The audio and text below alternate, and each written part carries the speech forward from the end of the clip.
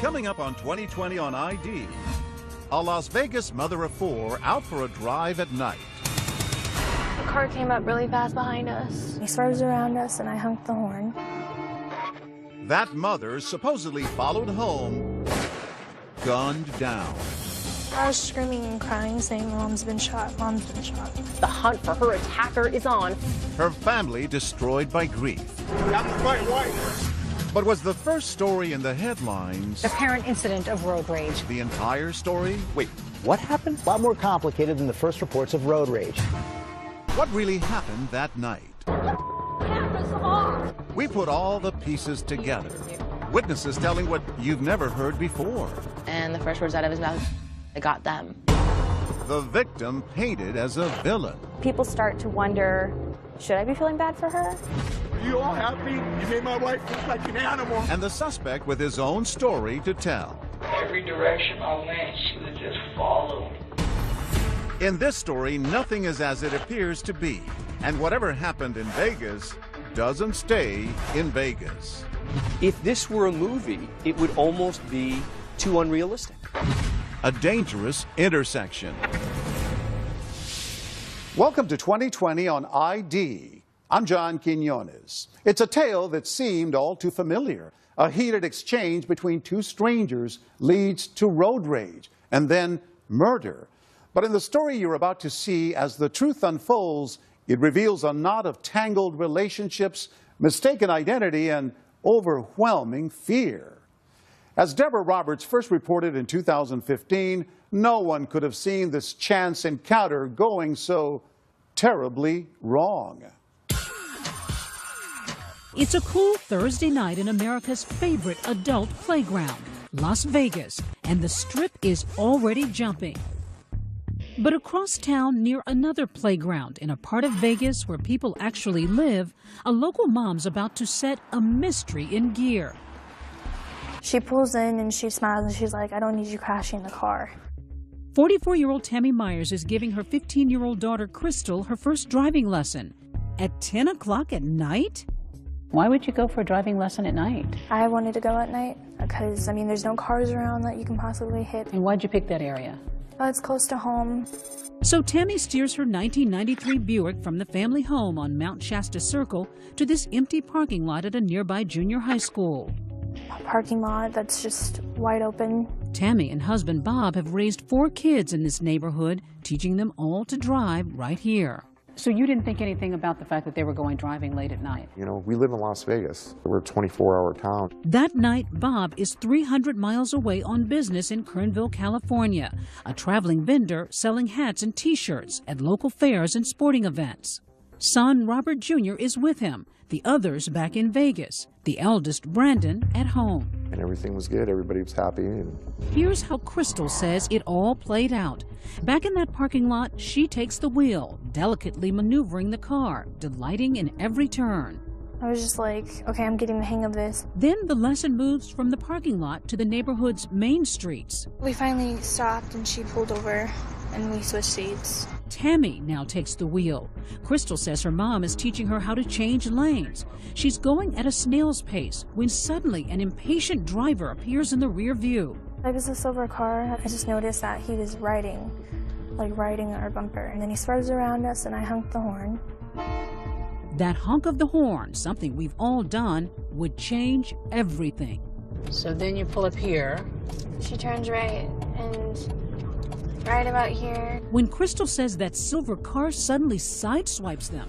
And we had to stop really hard. Who is this guy? Do you know? No, I didn't recognize him. Were you scared? Yeah, I was. I was really scared. And he gets out the car.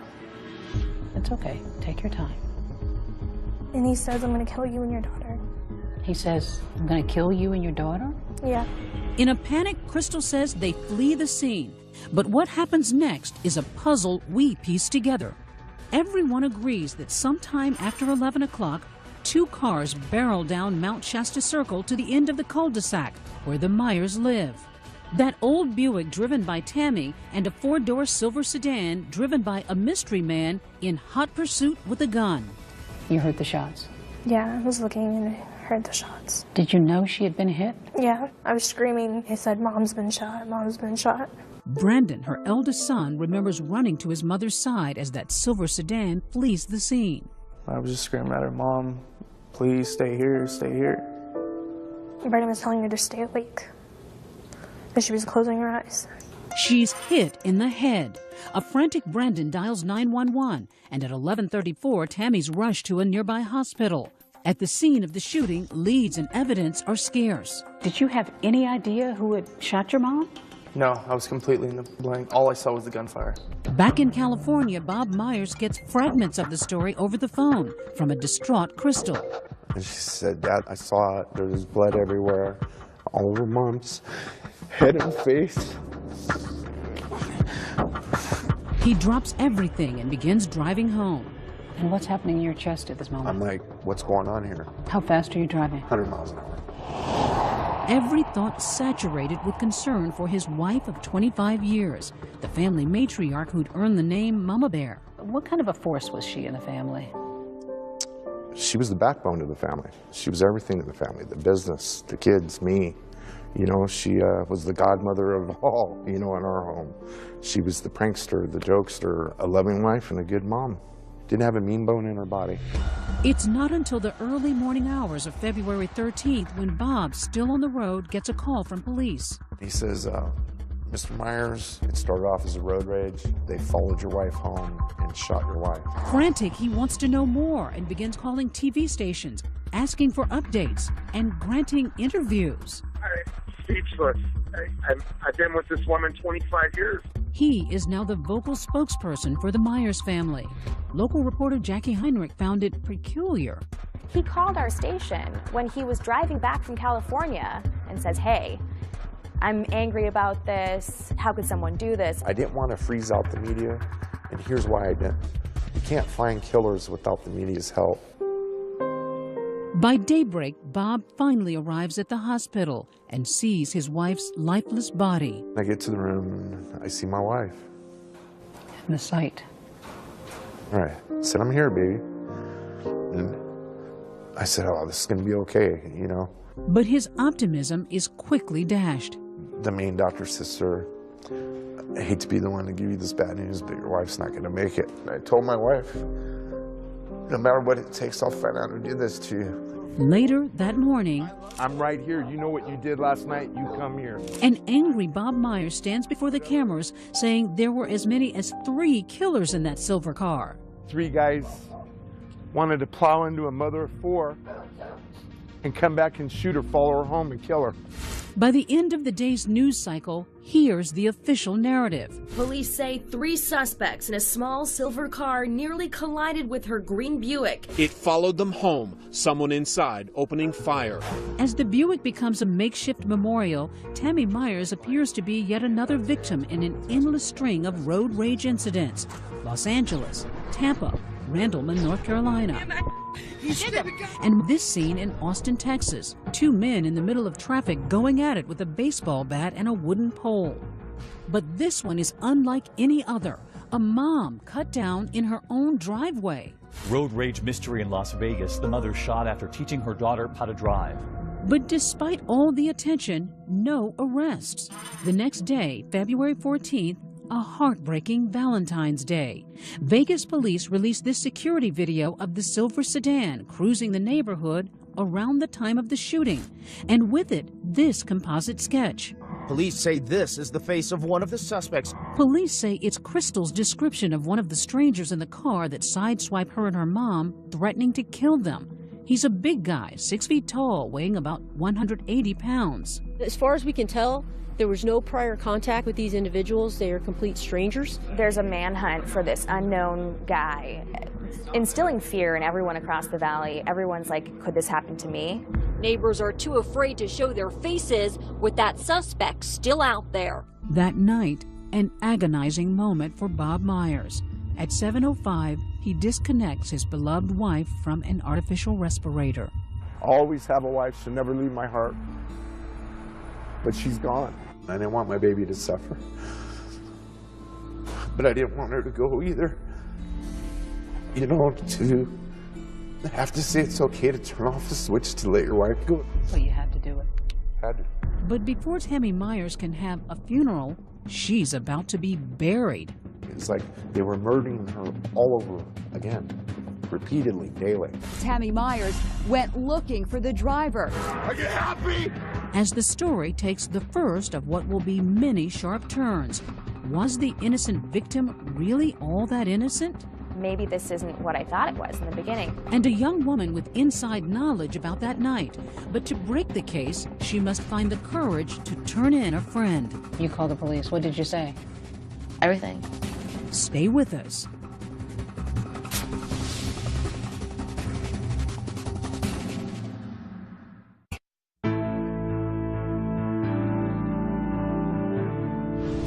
After a chance encounter with an angry driver, mother of 4 Tammy Myers has been shot dead outside her home.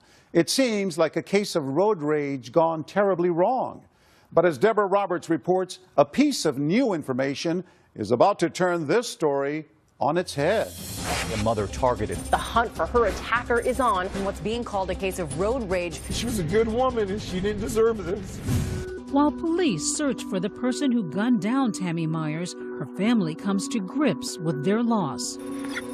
3 days after removing his wife from life support, dear God, protect them in the days to come. Bob Myers holds a candlelight vigil. This is a testament to a good person in a community that needs good people. But now there are as many whispers about shooting victim Tammy Myers as there are prayers for her. I want to keep the facts as they are, because it's starting to get twisted. Just hours earlier, police announced a stunning discovery, one that paints a much different picture of this Las Vegas mom. The reason I wanted everyone here was to just clarify some things. A big piece of the Myers account has been missing. Turns out, between that alleged road rage incident and the shootout, Tammy Myers returned home with no one in pursuit, dropped off her daughter, and instead of dialing 911, picked up her son, who's armed with a gun, and went back on the road. She tells her 15-year-old daughter to wake up her son, who was in bed, and have him come outside and get in the car with her so that they can find who frightened them while they were on the roadway. She got her 22-year-old son to get his weapon. I mean, people start to wonder, should I be feeling bad for her? Local reporter Jackie Heinrich says that surprising and late disclosure changed the whole tone of the story. When the police held a press conference and said, actually, Tammy Myers went back out, then they started to think, maybe this isn't what I thought it was in the beginning. Suddenly, the family is feeling the burn of online hate, with comments like, am I the only one who's glad she got shot? It was a firestorm of people just upset with what they had been told and what they'd been led to believe by the Myers family. On social media, people began to really turn on your wife and your son. Well, it bothered me. All of them did. Because my wife wasn't a troublemaker. Bob is suddenly doing damage control, insisting that this is not a vigil for a vigilante. My son is not an animal. My son is a hero in my book. So what's Brandon's story? He says his mother was convinced that road rager was headed to the house to make good on his death threat. She said, someone's trying to kill us, we need to go now. I'm like, why don't we call 911? You said, let's call 911. Yeah, and she goes, we need to get away from the house. They're trying to hurt us. How scared was she? How was she acting?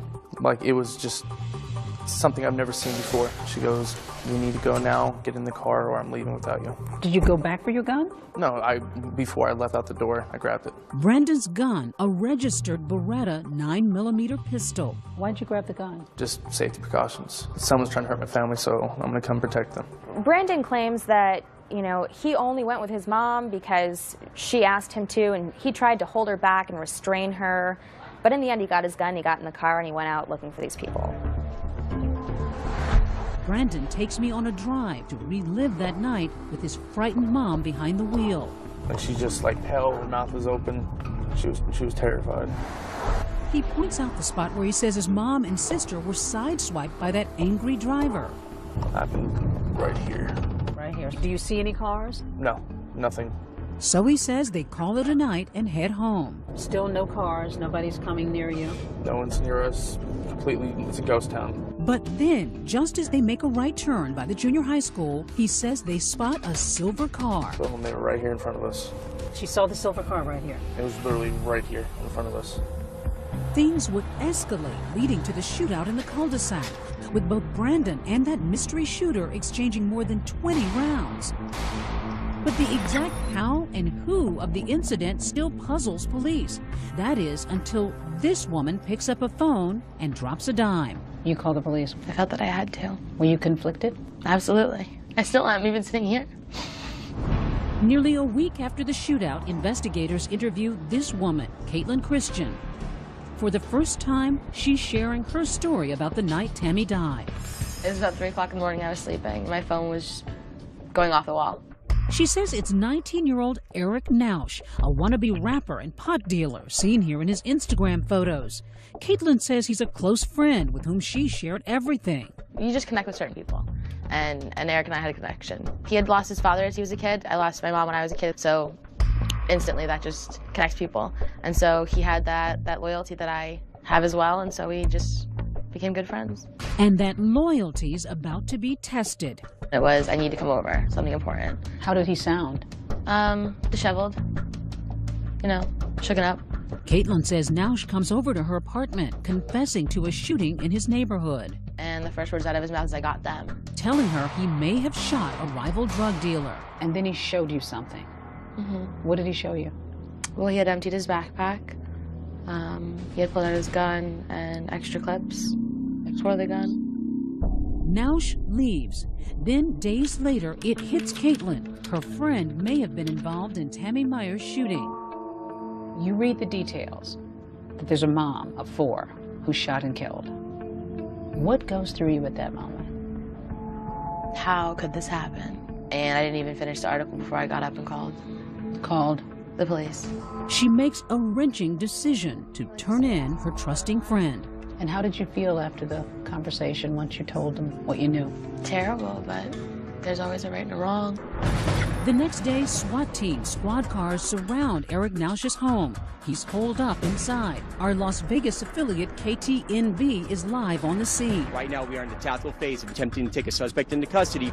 Caitlin says she's texting Eric nonstop. So you were trying to convince him to surrender? Right. Still a very confusing scene out here as everybody is arriving here on scene. One of those arriving is the suspect's mother, who's in obvious distress. Guys, please, guys, get back. Please!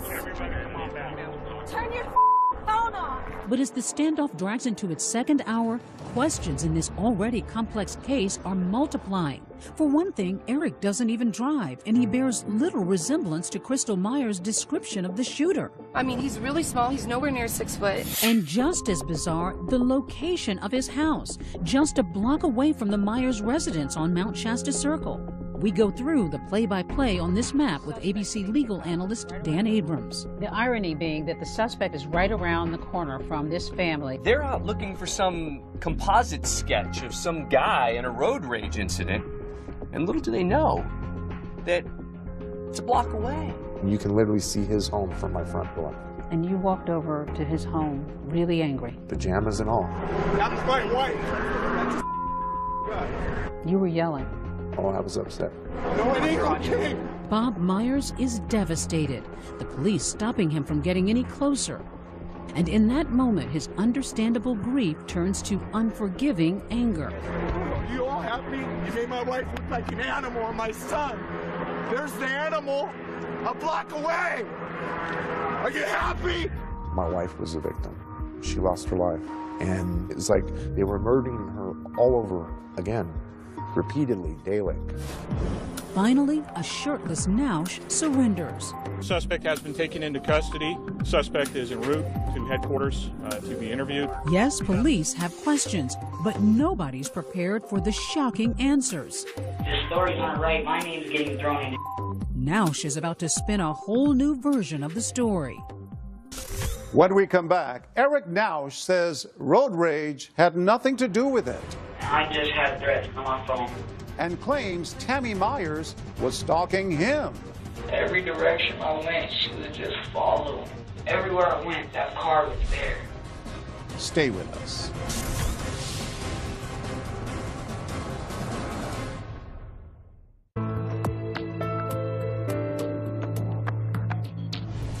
1 week after the murder of Tammy Myers, there is an arrest in the case.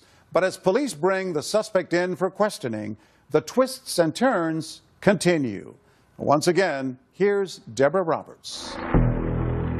Well, a teenager in custody. His name is Eric Nausch. We know the suspect is here at Metro headquarters.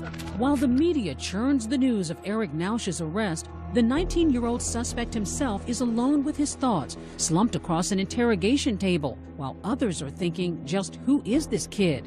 His Instagram account is full of photos of what appear to be drugs. By all accounts, Nausch is a wannabe gangster rapper and low-level drug dealer known on the streets as Baby G, the kind of guy who ends up either famous or in jail, or in this case, both. You got your water? All good? All right.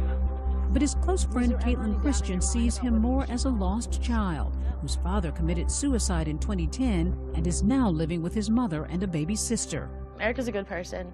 Eric has a huge heart. Was he a troubled kid?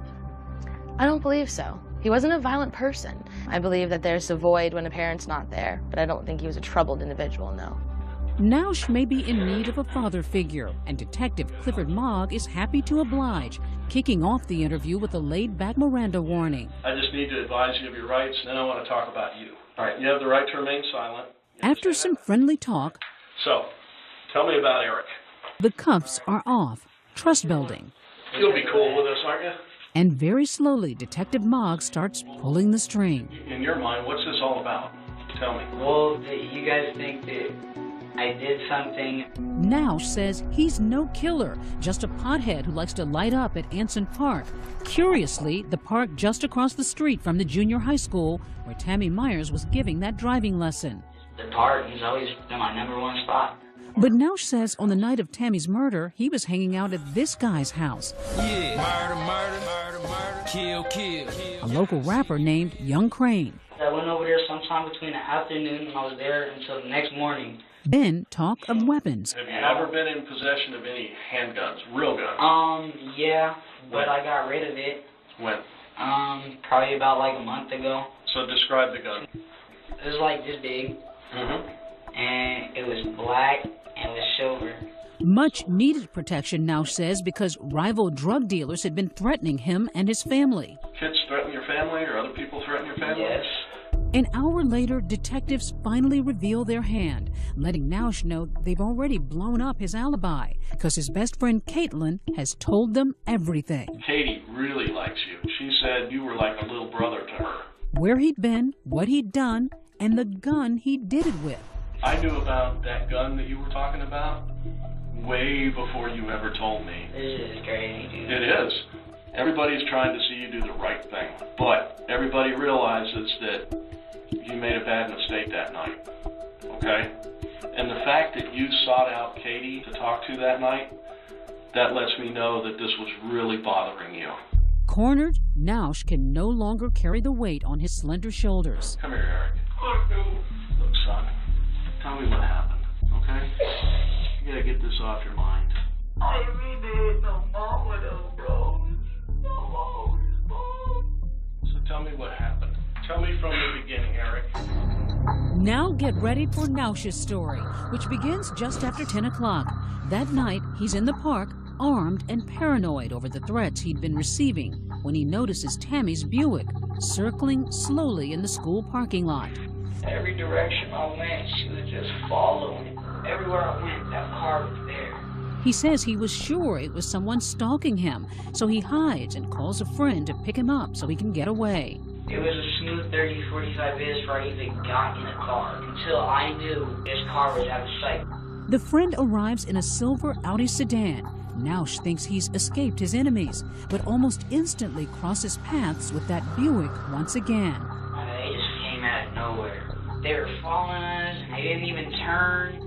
He tells police something that surprises them, that someone in the other car was brandishing a gun at him. So far, we have you telling us that these people were waving a gun, okay? Waving a gun out the window. Listen to me. Nobody but you have said that. And he reveals something else that thus far has gone unreported.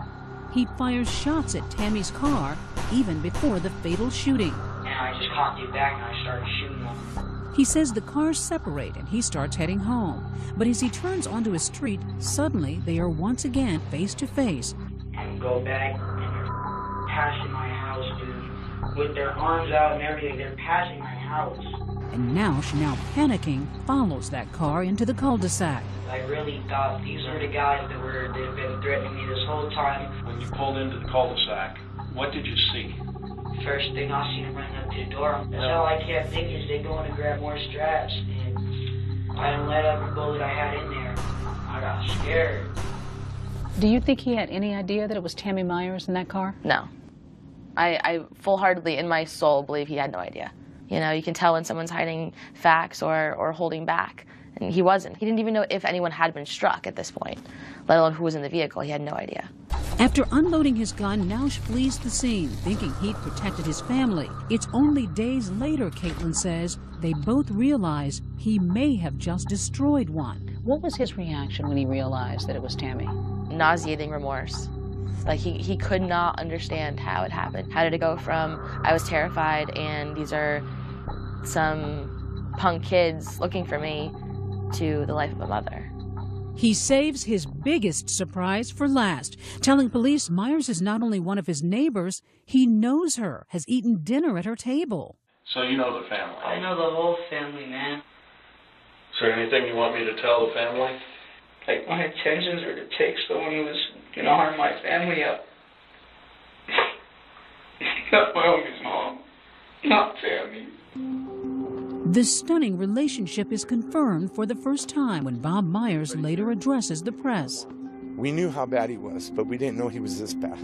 Myers claiming his wife had mentored the troubled youth. My wife spent countless hours at that park consoling this boy. She was really good to him. She fed him, she gave him money, she told him to pull his pants up. Some saw it as odd that you didn't disclose that you knew him to the media at one point, and then later on you did. Because I didn't know. I never knew Nausch's last name. I knew him as Eric. I didn't know until I saw his picture on television. Detectives leave their suspect alone in that room, this time to call his mother and let her know he won't be coming home. Mom, I love you. I love you. Okay, I've already told them everything. The only reason I confessed, Mom, was because they knew everything. But the case is far from closed. Nausch won't give up the driver of the silver sedan and claims no knowledge of any prior road rage incident. The so-called confession has some problems with it. And was there a darker side to the relationship between Tammy and her killer? Mrs. Myers used to come to the park and try to purchase things off of him. Stay with us.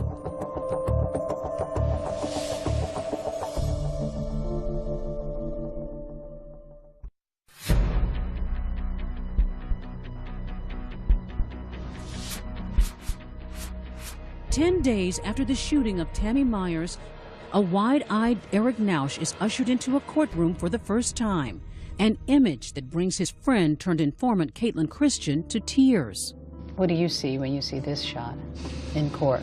Just terrified. I mean, he looks the picture of a confused kid right here, don't you think? Yeah. In court, Nausch is with his new defense team, Conrad and Augustus Klaus. They're known around town for their assertive advertising, and now for an assertive defense. We are conducting our own investigations, and some of those already appear to be bearing fruit. The Klauses want that interrogation tape tossed out, And I just cocked it back and I started shooting on him. saying their client had smoked pot right before surrendering to police and was impaired while making those statements. The fact that our client was high and the police knew it compromises the result. But they're not just betting on a technicality. They claim the killing of Tammy Myers was justified. The facts seem to point to self-defense in this situation. I think there's a possibility, at least, that he was feeling like his life was in immediate danger. Now, I think in a court of law, it's going to be very hard to prove that, firing 20-some-odd rounds is self-defense. Do you think Eric should go to prison as a murderer? No. But I don't think Eric needs to go away forever. Because, she says, for months, Eric was facing a barrage of anonymous death threats from what he suspected were rival drug dealers. The situation serious enough for him to get that .45 caliber pistol. What kind of threats? He said they would come through text messages, phone calls, Facebook messages. He didn't know who they were, but that they were going to skin him, skin his baby sister alive, take care of his mom as well. You saw the actual text messages? Absolutely. And as Nausch says repeatedly in his interrogation video, he thought they'd come for him the night of February 12th. In his mind, it's they threatened me. This was them coming at me. This was me protecting myself. And she believes Nausch's claim that he saw someone pointing a gun at him from Tammy's car, prompting him to begin shooting. But there's no doubt in your mind that he felt that somebody waved a gun at him, that he saw that. Absolutely. There's no doubt in my mind that he felt absolutely threatened, that it was me or it was them. But Brandon Myers insists he never revealed his gun. Did you wave your gun? No, not at all. Given the Myers family's previous omissions, Jackie Heinrich has trouble believing them. Her suspicions turbocharged by rumors among people who knew Nausch, like Anthony Lee, and what they claim was the true nature of the relationship between Tammy and Nausch. Mentor and mentee, or something more sinister. Mrs. Myers used to come to the park and try to purchase things off of him. Find out that it has more to do with drugs than mentorship. Heinrich points out that investigators found the painkiller oxycodone in Tammy's purse. We don't know if that is related to their relationship or if that's separate, if that's totally on the up and up. Nausch never mentioned anything of the sort in his interrogation, but the accusations lead to headlines like this, suggesting the shootout wasn't about aggressive driving at all, but about dirty drug dealing. The one thing that we can positively say at this point is that this case was not about road rage. But according to Bob Myers, it was all just the defense trying to muddy the waters, one of many off-the-wall theories his family has had to knock down. It's just one thing after the other. It's like my daughter was pregnant by him and they were in a relationship, or my wife was in a relationship with him, or it was a drug deal gone bad. Did anybody in your family ever buy drugs from him? Definitely not. Some questioned the fact that your wife had oxycodone in her purse. Yeah. She had a prescription for it. She had a prescription for 3 years for it. How do you plead to count 1, murder with use of a deadly weapon? Not guilty. On March 12th, Nausch pleads not guilty to murder charges as police are closing in on another piece of the puzzle. Who was driving the car when Tammy Myers was shot? Nausch won't say, but cell phone records lead police to his 27-year-old buddy, Derek Andrews, owner of a silver Audi, which sure looks a lot like the car in the security video. Andrews and Nausch are soon seated side by side once more, not in the Audi, but in a courtroom with matching jumpsuits. This was an act of unprovoked use of force on behalf of Mr. Nausch, with Mr. Andrews being the driver and complicit in this act. Andrews denies any involvement, pleading not guilty. Could he be that mysterious man seen here in the sketch, the first alleged road rage incident that started it all? Up next, we put the pieces together. Shows, Brandon, what was that? And that's when Brandon got out of the car, Mrs. Myers got out of the car. But the truth is stranger than fiction. It turns out everybody's wrong. Don't go away.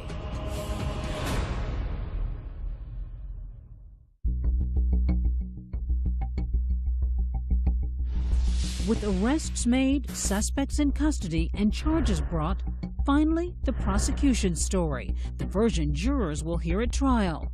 DA Stephen Wolfson thinks he can finally explain what happened the night Tammy Myers was killed. There's no evidence to support that Mrs. Myers was doing anything other than being out with her daughter, giving her daughter some sort of driving lessons. Wolfson believes Crystal Myers. Yet what happened next is a series of bizarre, tragic coincidences, the odds of which, even by Vegas standards, are incalculable. 10:10 p.m. Tammy's offering that driving lesson to her daughter in the school parking lot.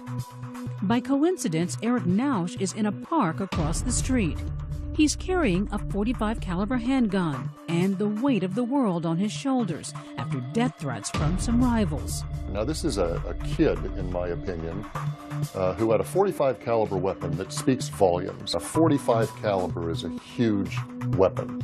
Nausch notices the Myers vehicle and its slow-moving maneuvers and apparently misconstrues that as a threat. He thinks the driver is stalking him. And nobody seems to dispute that it all started right here in this junior high school parking lot. Just out for some driving lessons. 10:50 p.m. After the driving lesson, Tammy Myers gets back behind the wheel and begins heading home. 10:56, she sees a silver sedan speed up behind her and pass aggressively. Her impulsive teen daughter makes a fateful decision. Crystal reaches over and slams on the horn. If that horn hadn't been honked, none of this probably would have happened. It's full-on road rage as the silver car pulls in front of the Myers. Crystal says the driver hops out, walks toward her mom's car and says, "I'm gonna kill you and come back for your daughter." We'd be very interested to find out who was in that other car, because we don't believe it was Mr. Nausch. Back at the park, Nausch is being picked up by friend Derek Andrews, coincidentally driving a different silver sedan. Meantime, Tammy Myers makes it back home, and instead of dialing 911, drops off her daughter and picks up 22-year-old son Brandon, who grabs his pistol. He happens to be a registered handgun owner. It was a mistake on her part, in my opinion, but it is what it is. The search begins as mom and son take off looking for the road rager. Moments later, they locate him, or so they think. We pulled up, put him there right here in front of us. She saw the silver car right here. It was literally right here in front of us. What does she say when you see the car? Brandon, that's them. Those are the ones that threatened to kill me and your sister. A chance encounter and what would be a fatal case of mistaken identity, as Tammy has the right color but the wrong car, one occupied by Nausch and Andrews. It's right here that she thinks she's found the car. And it's at that same moment that Nausch thinks he's being followed by this green car. So now you have both of them mistakenly paranoid about the other. When Nausch spots the stalking green Buick, the same exact one he spotted in the parking lot, he surmises that he's the one about to be attacked. Moments later, shots fired.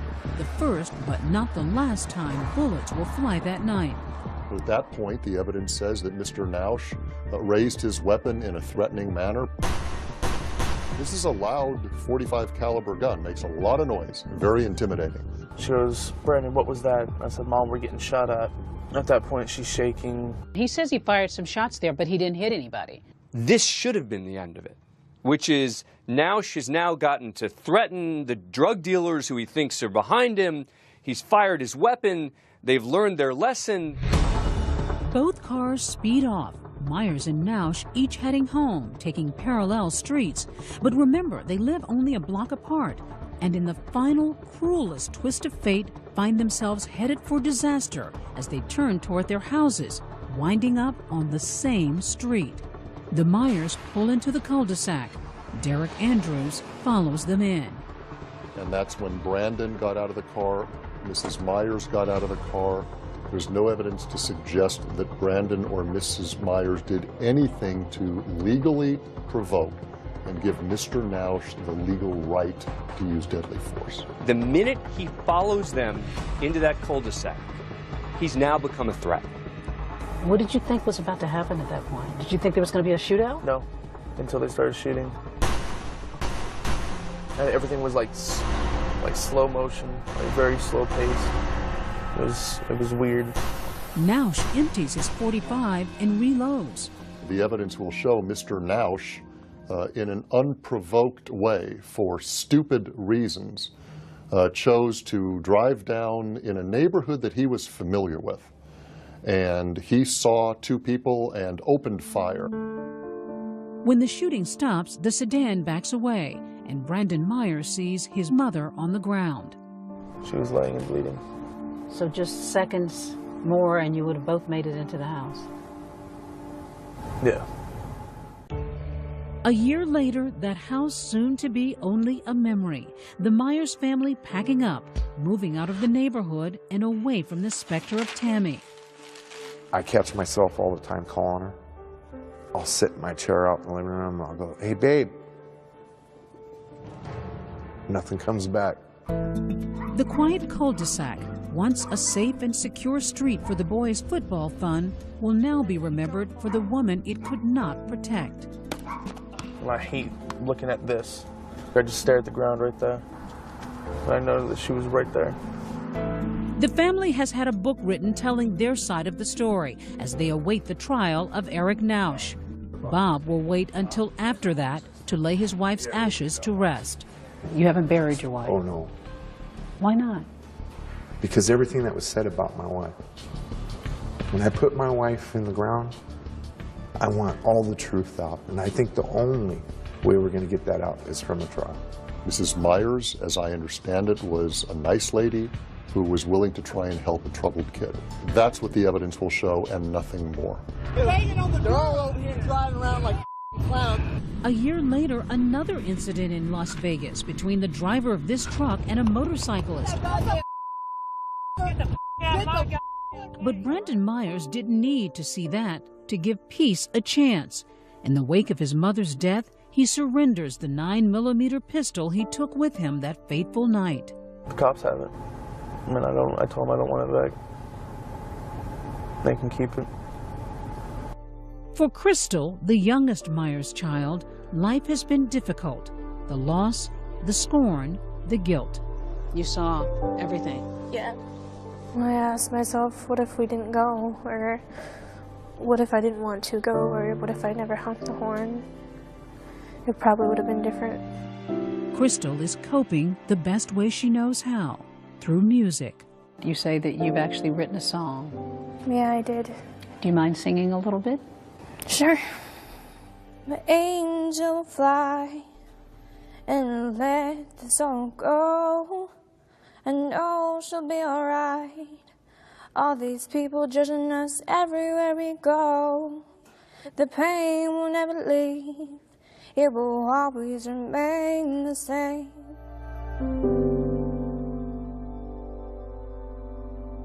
In the end, the Myers family did not see the trial they had been waiting for. In March 2016, Eric Nausch changed his plea to guilty for second-degree murder. He faces a possible maximum sentence of life in prison. Derek Andrews also changed his plea to guilty of voluntary manslaughter and accessory to murder. He faces a maximum of 15 years in prison.